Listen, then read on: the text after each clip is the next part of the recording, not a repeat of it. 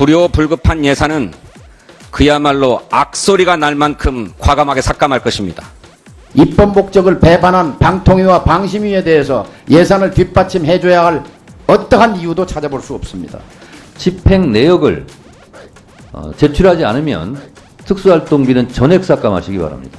앞으로 이 감사원의 특갈비는 반드시 전액 삭감되는 게 맞다, 이렇게 말씀을 드립니다.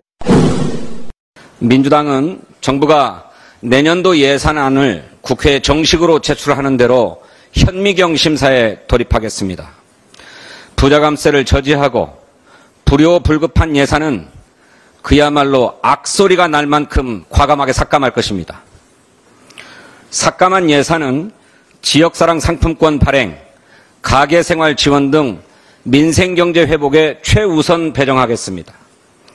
민주당은 민생 제일의 원칙으로 예산안을 심사하겠다는 결심을 말씀드립니다. 제가 19대 국회 정보위원회 야당 간사였습니다. 국정원을 소관을 하고 있죠. 야당 간사라면 국정원, 정보위, 예산결산심사소위원장을 제가 했습니다.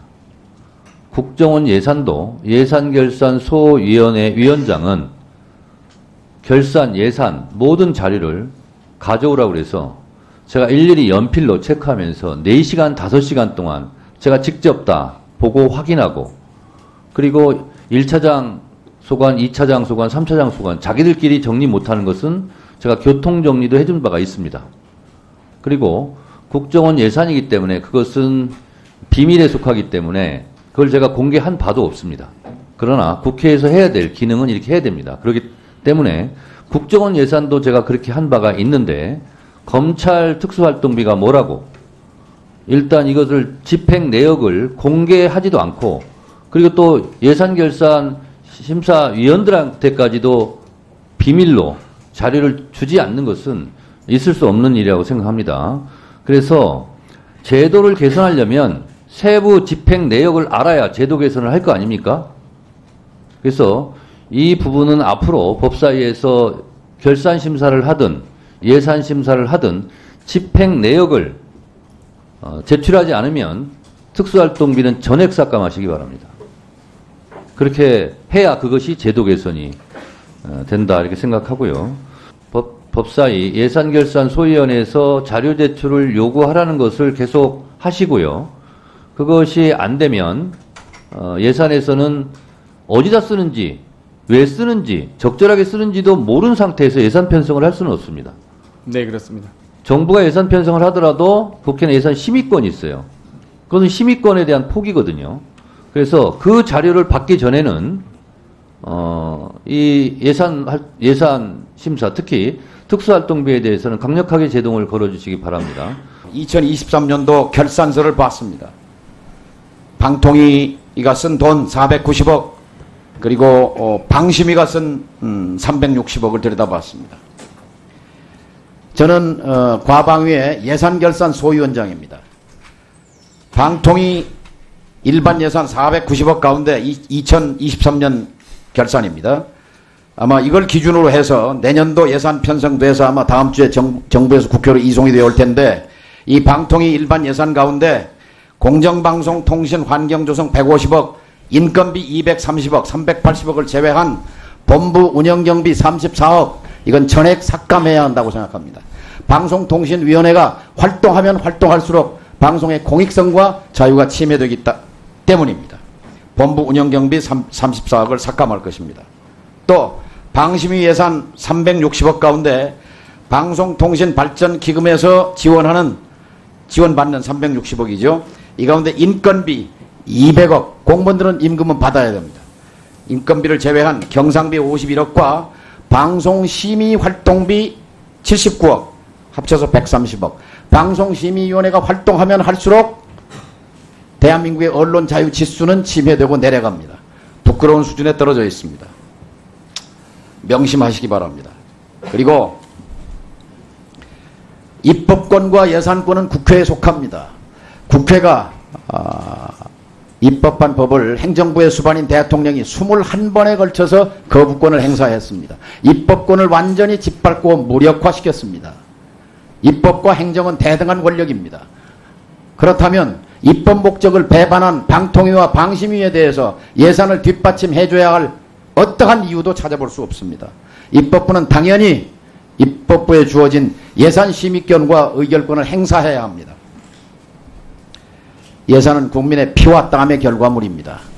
피와 땀으로 만들어진 예산을 가지고 방통위를 운영하고 방심위를 운영해서 언론 자유를 침해하고 방송의 자유를 독립을 해친다면 거기에 예산을 지원해줘야 할 이유는 어디에도 없습니다. 따라서 방통위 운영 예산 34억 삭감, 방심위 예산 130억 삭감, 과방위 예산결산 소위원장으로서 저의 소신을 밝히는 바입니다.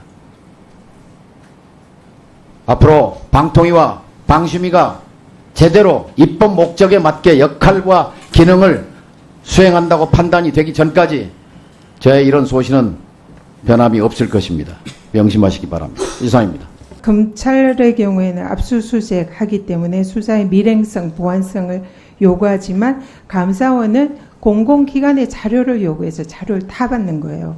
그렇기 때문에 감사원의 경우에는 이런 보안을 유지하고 밀행성을 유지할 수 있는 그런 사안이 제가 보기에는 거의 없습니다. 그리고 않습니다. 정보활동 경우에도 방금 질문을 드렸지만 사람을 만나고 이렇게 제보자랑 활동하는데 거기에 도대체 무슨 돈이 든다는 거예요. 아까 뭐 검찰은 마약 사는데 돈이 든다지만 감사원의 경우에는 그런 거 할 거 없잖아요.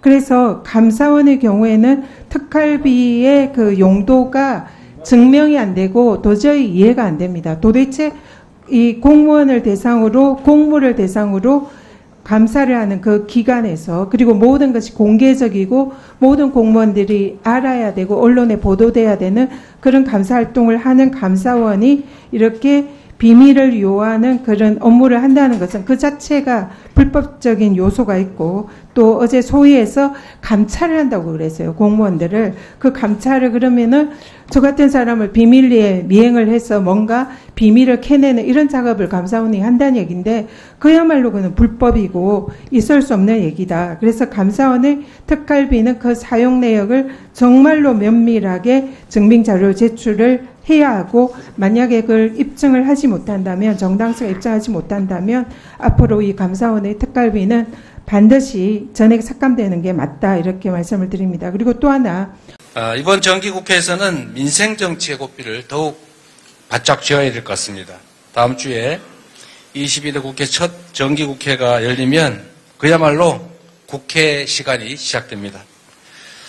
그렇지만 추락하는 민생경제 그리고 특히 최근에 정말로 국민들을 불안하게 하고 실제로 국민들의 생명을 위협하는 의료 대란이 시작되고 있어서 국민의 처참한 삶의 현실이 안타깝게 펼쳐지고 있습니다.